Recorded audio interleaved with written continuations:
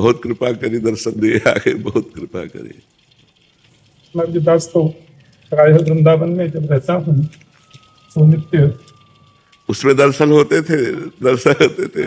तो नित्य भ्रमण में निकलता हूँ सवेरे, तो पूज्य श्री के दर्शन दर्शन होते थे, उसमें जी दर्शन होते थे। बाकी भागवत कथा सेवाओं में देश विदेश में जाना रहता है, पर यहाँ रहता हूँ तो प्रायः और सोशल मीडिया के माध्यम से तो दर्शन हम नित्य करते ही हैं। आपके प्रवचनामृत को भी श्रवण करने का सौभाग्य प्राप्त होता है। लाला इंद्रेश तो 2 बार पधारे। वो तो हृदय है महाराज जी, वो हृदय है, हम सब वैष्णवों का हृदय है। आपका ऐसा कृपा प्रसाद है कि इंद्रेश जी पर हमारे जितने भी संत महात्मा वैष्णव जन है सब आत्मा की तरह प्यार करते हैं, और उनका स्वभाव ऐसा है कि लूट लेता है उनका एक बार जिसके पास गए उसको अपना बना लिया। उनका स्वभाव ऐसा मृदु और ऐसा महाभागवत स्वरूप है, और आपकी ऐसी विशेष कृपा है उनके ऊपर कि वाणी में अमृत विराजमान है। जब भगवत चर्चा करते हैं ना तो चित्त को एकाग्रता करनी नहीं पड़ती, चित्त स्वाभाविक एकाग्र हो जाता है। तो हम कहा उनके ऊपर गुरु कृपा, पिताश्री की कृपा है जी। आप सब महापुरुषों की बहुत कृपा है। अभी बद्रीनाथ में कथा चल रही है उनकी, कल पूरी हो गई शायद, आजकल में आई जी। किसी एक श्लोक की चर्चा महाराज जी, किसी भी एक श्लोक की जिससे हमारे श्रवण पवित्र हो जाए। यमलार्जुन का उद्धार जो गोविंद ने किया, कुबेर के भी पुत्र हैं, संतापराध हो गया था उनसे, तो जड़ वृक्ष की उनको योनि मिली, लेकिन भगवत कृपा से वो वृक्ष नंद भवन के द्वार पर बन करके रहे। गोविंद के श्रीअंग का जब स्पर्श उन्हें प्राप्त हुआ तो वे प्रकट हो गए। गोपाल जी स्वयं बंधन में हैं, दामरी बंधन, कमर में बंधी रस्सी, और उनसे पूछते हैं क्या चाहिए।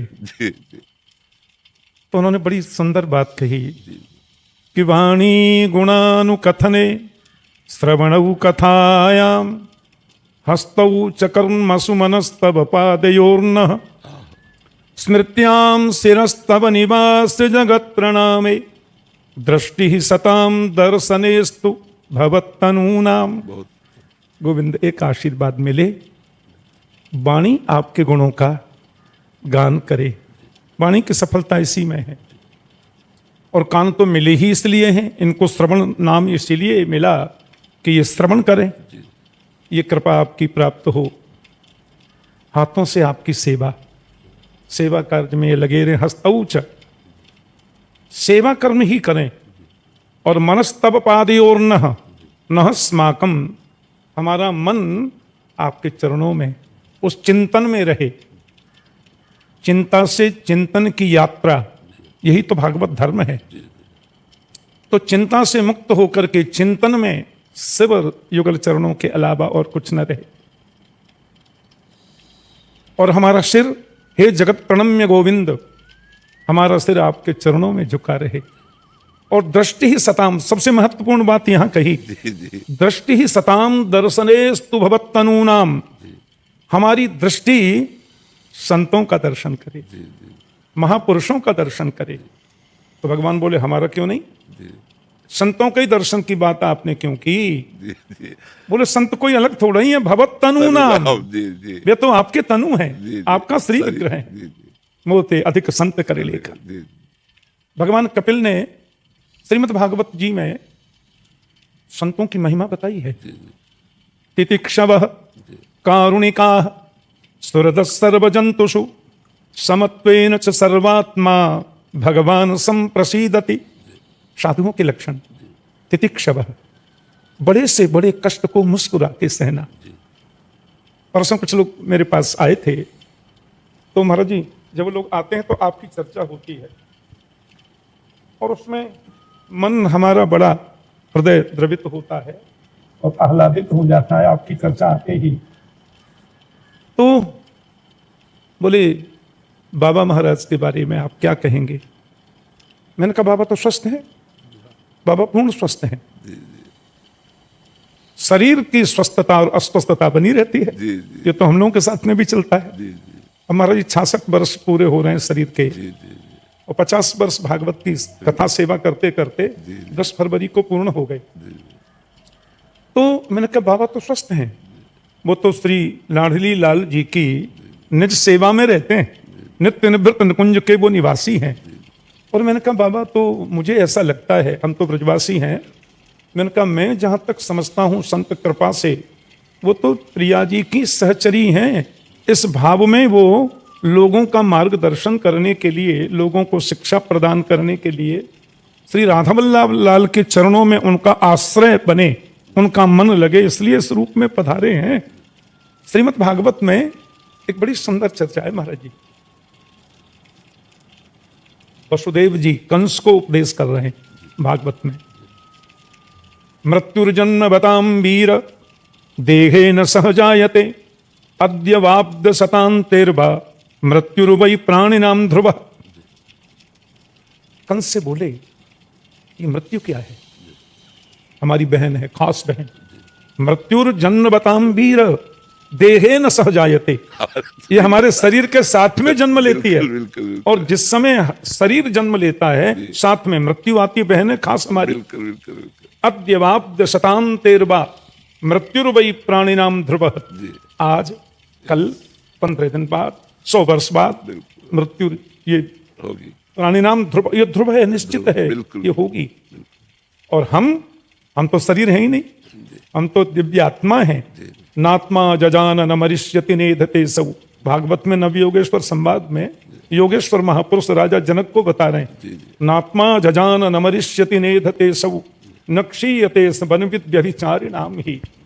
आत्मा न जजाना और न मरिष्यति, आत्मा न कभी जन्म लेती है और न मरती है। नक्षीयते वनविद व्यभिचारिणाम ही। ये जो कुछ भी प्रक्रियाएं और जो होती हैं वो शरीर की हैं। जायते अस्ति विपरिणमते वर्धते अपक्षीयते और विनश्यति, ये शरीर के 5 धर्म हैं। इसलिए तो उसको मरण धर्मा कहते हैं। तो ये सब प्रक्रियाएं, सुख होता है, दुख होता है, ये मन की स्थिति है। जन्म लेना, बड़े होना, मोटे होना, दुबले होना, कभी रुग्ण होना, बाद में मर जाना, ये शरीर की प्रक्रिया है। निद्रा, तंद्रा, भय, क्लेश, लोभ, हानि, लाभ, और ये जो प्रक्रियाएं हैं वो सब हमारे मन, बुद्धि और इंद्रियों की हैं। इंद्रियों से इसको हम भोगते हैं। हम तो नित्य शुद्ध चिन्मय शाश्वत और अविनाशी हैं, जिसको आत्मा कहते हैं। भगवान सुखदेव ने भागवत जी के विराम से पहले राजर्षि परीक्षित से एक बड़ी सुंदर बात की महाराज जी। राजन, वो 7 दिन पहले अब यहाँ अत्रि वशिष्ठ च्यवन शरद्मान अरिष्टनेमी भृगुरंगी राश्च पराशरो गाद सुतोथ राम उतत्तेन्द्र प्रमदेत्न बाहो, भागवत में लिखा है। वहां सुखदेव जी महाराज के पिताजी बैठे हैं, बाबा बैठे हैं, पर बाबा बैठे हैं, और पर बाबा वशिष्ठ जी बैठे हैं। जी जी जी। वशिष्ठ के पुत्र हुए शक्ति, शक्ति के पराशर, पराशर के वेदव्यास, उनके सुखदेव। तो शक्ति जी को छोड़ करके बाकी तो सब बैठे हैं वहां पे। और पराशरो गाद सुतोथ राम, भगवान परशुराम बैठे गाधी तने। तो इन सबके मध्य पता नहीं मैं भी आ गया। सुखदेव जी बोले, और 7 दिन पहले तुमने एक प्रश्न किया था, जल्दी मरने वाले की मुक्ति का उपाय क्या है? जिसको केवल 7 दिन में मर जाना है, उसकी मुक्ति का उपाय बताइए। ये परीक्षित का प्रश्न था। तो अब 7 दिन हो गए, कथा हो गई, आपको तक्षक सर्प डसेगा ऐसा शाप लगा था। फिर हजारों प्रश्न हुए, हजारों आपने उनके उत्तर श्रवण किए। अब भैया 7वां दिन है, तक्षक तो आएगा, आकर के डसेगा। और तुमने मुझे पता नहीं सैकड़ों प्रश्न किए, और कथाओं कथांतर के माध्यम से उनका यथाधीत यथामति मैंने प्रयास किया जवाब देने का। तुमको कैसा लगा? बोले अच्छा लगा गुरुदेव। तो अब एक प्रश्न मैं कर दूं? बोले हाँ। तो बोले तुम मरोगे? पूछा क्या तुम मरोगे? तो परीक्षित ने महाराज जी 1 सेकंड भी विचार नहीं किया और तुरंत जवाब दिया, मैंने जन्म ही नहीं लिया था तो मरूंगा क्यों? स्वरूप बोध हो गया। बस हो गई कथा। तो सुखदेव जी ने अंत में कहा, तुम तो राजन मरिष्येति पशुबुद्धिम इमाम जही। मैं मरूंगा, ऐसे विचार को पशुबुद्धि कहते हैं। ऐसी पशुबुद्धि यदि तुम्हारे मन में आई है, इसको त्यागो, इसको छोड़ो। तुमने कथा सुनी है 7 दिन, और सुनो अब चलते चलते मैं और तुम्हें बता दूं। घटे भिन्ने यथाकाश आकाशस्याति यथा पुरा एवं देहे मृते जीवो ब्रह्म संपद्यते पुनः। मिट्टी का खाली घड़ा है। परीक्षित बोले जी उस घड़े में क्या है? मिट्टी के खाली घड़े में अंदर क्या है? तो परीक्षित बोले आकाश है। वेदांती भाषा में उसको बोलते हैं घटाकाश। पता नहीं है मुझे क्या हुआ, मैंने जोर से डंडा मार दिया तो घड़ा फूट गया। तो आकाश कहां गया? सुखदेव जी बोले वो आकाश किधर गया? बोले वो महाकाश में मिल गया। एवं देहे मृते जीवो ब्रह्म संपद्यते पुनः। ऐसे ही जो आत्मज्ञानी महापुरुष होते हैं, भगवत चरणानुरागी महापुरुष होते हैं, रसिक जन होते हैं, उनका शरीर रूपी घड़ा फूट जाने पर ब्रह्म संपद्यते पुनः, ये प्रभु को प्राप्त हो जाते हैं। जो रसिक जन हैं वो प्रियालाल जी की चरण सेवा में रहते हैं सहचरी भाव में, और जो वदन्ति तत्तत्त्वविदस्तत्त्वं यज्ञानमद्वयम् ब्रह्मेति परमात्मेति भगवान इति सद्यते तत्त्वविदस्तत्तत्त्वं वदन्ति यत् अद्वयम् ज्ञानम ब्रह्म। तत्ववेत्ता उसको तत्व कहते हैं, ज्ञानी उसे ब्रह्म कहते हैं, योगी उनसे परमात्मा बोलते हैं, और भक्त उसको अपना भगवान कहते हैं, लाल जी कहते हैं, प्रिया जी कहते हैं। इस भाव से उनको तो उनकी प्राप्ति हो जाती है। ब्रह्म संपद्यते पुनः। और मैं चलते चलते फिर तुम्हें बता दूं ये क्या है। सुखदेव जी कह रहे हैं स्वप्ने यथा शिरच्छेदम पंचत्वाद्यात्मन स्वयं एवं पश्यति देहस्य तत ह्यात्मा ह्यजोमर। तो सुखदेव प्रभु ने कहा हम सपना देखते हैं। कैसा कैसा सपना आता है कर रहे हैं। हम जंगल में जा रहे हैं, बड़ी शोभा देख रहे हैं, ये आम है, ये वृक्ष है, ये है, वो है। सामने दिख गया झाड़ी में बब्बर शेर। शेर ने हमको भी देखा और हमने शेर को देखा, तो हम तो उल्टे हो लिए। अच्छा इसकी नजर न पड़ी हो, अपन निकल लें। शेर ने देखा, बोले ब्रेकफास्ट मिला है ताजा, छोड़ेंगे कैसे। तो हम जरा तेज चले तो शेर भी तेज चला। एक झरना सा मिल गया, हमने कहा इसको कौन पार कर सकता, झट से पार हो गया। उसने तो छलांग लगाई, हमको पकड़ लिया और मुख खोल करके मेरी गर्दन अपने मुंह में ले ली। और तो जैसे ही उसने अपने दांत गाड़ करके मुझे मारना चाहा, सो हड़बड़ा के नींद खुली। तो देखा हम तो पलंग पर ऐसे में सो रहे हैं। लेकिन जिस समय हम स्वप्न देख रहे थे उस समय ये पता नहीं था कि ये स्वप्न है। बिल्कुल बिल्कुल। यदि उस समय ये पता हो जाए कि स्वप्न है तो हम भागे क्यों? ये तो सपना है। फिर जगह अरे भगवान बड़ी कृपा, हम तो सुरक्षित हैं, कोई शेर वेर नहीं है। तो सुखदेव स्वामी कहते हैं स्वप्ने यथा शिरच्छेदम पंचत्वाद्यात्मन स्वयं। जैसे स्वप्न में कोई सिर काट दे और जगने पर हंसी आती है, ये स्वप्न था। ऐसे एवं पश्यति देहस्य, ये शरीर जो है, हम अपने मन बुद्धि स्वप्न देखती है, क्योंकि सब सो जाते हैं, वो नहीं सोती है। तो जगने पर हंसी आती है, तो इस स्वप्न है। मोह निशा जग सो बनिहारा देखें सपन अनेक प्रकार। गोस्वामी जी लिखते हैं। तो ये स्वप्न है। और तुमको बस अंतिम में सुखदेव जी कह रहे हैं मैं प्रभु का हूं, प्रभु मेरे हैं, ऐसा संकल्प मन में ले लो।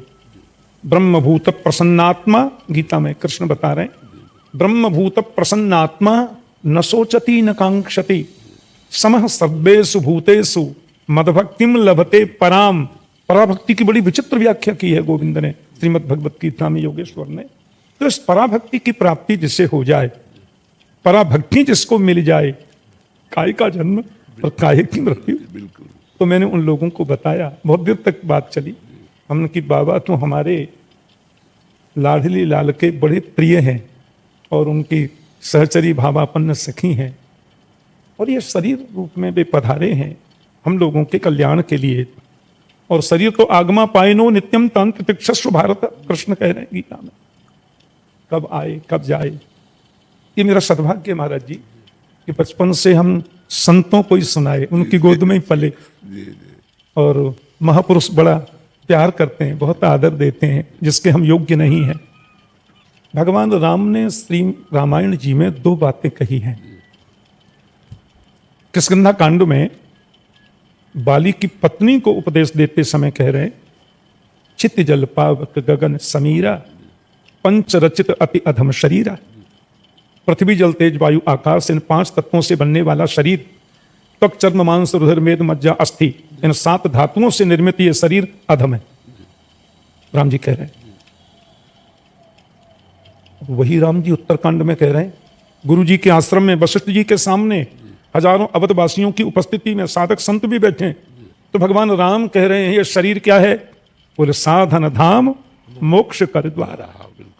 ये शरीर साधन का धाम है और मुक्ति का द्वार है। पायन जही परलोक समारा। आज मैं कुत्ता होता तो आप श्री के सन्मुख बैठकर मैं भागवत की कुछ चर्चा कर पाता? प्रभु ने कृपा की ना, हमको शरीर दिया, तो शरीर व्यर्थ कैसे है? और मोक्ष कर द्वारा, मुक्ति का द्वार है ये। भागवत में भगवान कृष्ण उद्धव से कह रहे हैं एकादश स्कंद में, न देहमाद्यम सुलभम सुदुर्लभम प्लवम सुकल्पम गुरु कर्णधारम मयानुकूलेन नभस्वते ऋतम पुमान भवाब्धिम न तरेत स आत्मा। आत्मा की बातें क्यों आती हैं शास्त्रों में? रेल के नीचे कुट के कर ली, पति पत्नी में झगड़ा हो गया, पति को बड़ा बुरा लगा, ऐसे बोल गई ऐसे बोल गई, अरे पंखे पर टक्कर क्या कर दी। बच्चे को खूब पिताजी ने पढ़ाया, विद्वान बनाने की चेष्टा करी, बेचारे ढकेल लगाते हैं, कमाई कर करके उसकी फीस दी, फेल हो गया। तीसरी बार पिताजी ने थोड़ा डांट दिया, देखो पंखे पे लटक के मर गया, आत्महत्या कर ली। आत्मा की हत्या तो कभी होती नहीं। आत्मा तो नित्य है, शाश्वत है। नैनम चंदंत शस्त्राणी नैनम दहति पावक न चैनम क्लेदयन्त्यापो न शोषयति मारुतः। और आप कह रहे हो आत्महत्या? तो किसी ने कहा आत्महत्या नहीं होती, बोले नहीं, कभी नहीं। तो बोले तेरी आत्मा शब्द क्यों बना? शास्त्रों में इतनी चर्चा क्यों? आत्मनन गति जाए कहीं जा, आत्माहन गति जाए। फिर ये आत्मा शब्द है ही क्यों जब आत्मा की हत्या होती नहीं? तो प्रभु बोले नहीं होती है। छितजल पावक गगन समीरा पंच रचित अति अधम शरीरा उनके लिए है जो सत्संग नहीं करते, जिनको सत्संग सुलभ नहीं है, या सत्संग में जिनकी रुचि बन नहीं पाई है। और जिनको सत्संग सुलभ हो गया है, संत दर्शन महापुरुषों की वाणी श्रवण करने का सौभाग्य प्राप्त हो रहा है, उनके लिए तो शरीर साधन का धाम है, मोक्ष का द्वार है। तो फिर आत्मा क्या है?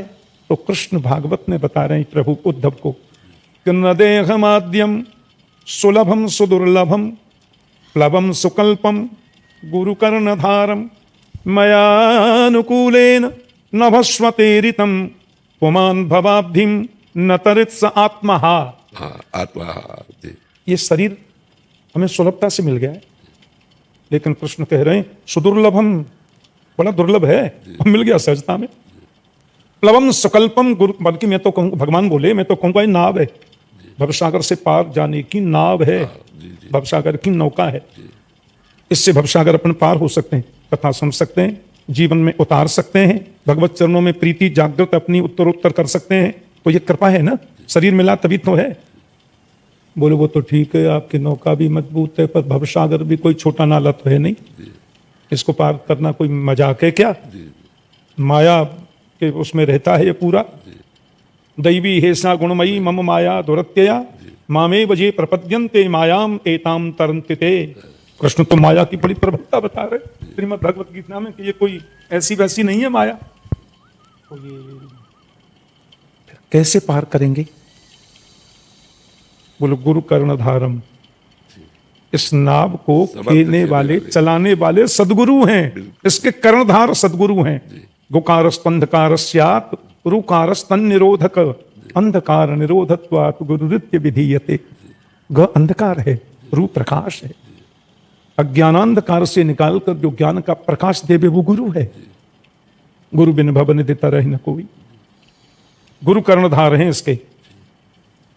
वो तो ठीक ही बोल रहे हैं आप, उद्धव ने कहा, लेकिन कितनी भी मजबूत नौका हो, माफ करना कन्हैया, अब प्रतिकूल वायु चल जाए तो फिर सामने से आंधी आ गई, हाँ, चलाओ, हाँ, प्रतिकूल वायु, अनाउंस हो जाता है कि उधर केवट लोग नहीं जाएं, सुनामी आ रही है।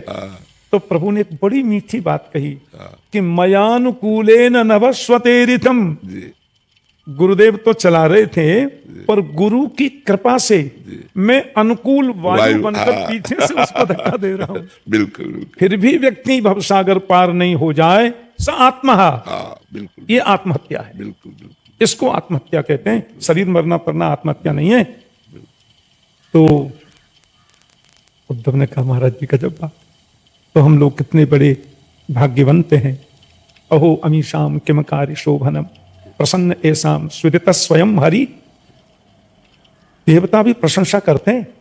यही जन्म लब्धम नशु भारताजिरे, अजिर मीन्स आंगन। ये कितने भाग्यवंत हैं लोग, भारत के आंगन में इन्होंने जन्म लिया है, जहां संत दर्शन, जहां सत्संग। स्वर्ग में सुलभ कहाँ है नहीं। तो इन सब को प्राप्त करके हम भवसागर पार न करें, यही तो आत्महत्या है। तो महाराज जी, आप तो पूर्ण स्वस्थ हैं और शरीर की जो अवस्था है वो तो उतार चढ़ाव आता रहता है। आप तो श्री लाडली लाल के चरणों में विराजते हैं प्रभु, और आपके दर्शन से हम ब्रजवासी लोग भी आनंदित और कृतकृत्य होते रहते हैं। मैं ज़्यादा थोड़ा प्रवृत्ति ऐसी है, और छुप छुप में खूब दर्शन करता हूँ। इधर से जब भी निकलूं तो केली कुंज की चौखट को मन ही मन प्रणाम करके जाता हूँ रोज। बहुत अभिलाषा थी बाबा का दर्शन करें। बड़ी कृपा करी, बड़ी। हमारे वैकुंठोत्सव गुरु जी का प्रतिवर्ष होता है 15 से 21 दिसंबर। उसमें भारत के सब संत कृपा करके आते हैं दास के ऊपर। और श्री मलुक पीठ वाले महाराज जी ने 3 बार वहाँ कथा की। एक बार भक्तमाल जी की कथा, और एक बार भागवत जी की कथा, और इसी साल उनकी हुई थी। तो हमने कहा, महाराज जी आपके शुक्र रामायण सुनाइए। तो मलुक पीठ वाले महाराज जी बड़े अद्भुत संत हैं महाराज जी, और बड़े विद्वान संत हैं श्री राजेंद्र दास जी महाराज। इस बार उन्होंने शुक्र रामायण सुनाई। भागवत जी में जो रामचरित्र है, कैसा आनंद वर्षण। तो प्रतिवर्ष कोई कोई संत कृपा करके पधारते हैं, और वहां सब श्रवण करने वाले भी 90% तो वक्ता होते हैं, और दास भी बैठ करके नीचे श्रवण करता है। ये सुख जीवन का प्राप्त हो रहा है महाराज जी। तो भगवत चर्चा, भागवत चर्चा, और वास्तव में तो भागवत की कथा, मुझे तो लगता है उसमें भगवान की कथा नहीं है, भक्तों की, अधिक अधिक तो भक्तों की है। भक्तानाम भागवतानाम कथा इति भागवत कथा। जी जी जी, यदि वो भगवान की कथा होती तो उसका नाम होता भगवत कथा। प्रणाम तो भागवत कथा। हाँ, भागवत कथा जी। भगवान के भक्तों की कथा महाराज जी वही हम लोग श्रवण कराते हैं। और आप सब महापुरुषों के चरण रज के आशीर्वाद से जब तक वाणी चल रही है तब तक ये सेवा कथा, बहुत अमृत है, बहुत अमृत महाराज, बहुत अमृत। आज मैं कब तक हुआ आपके दर्शन करके।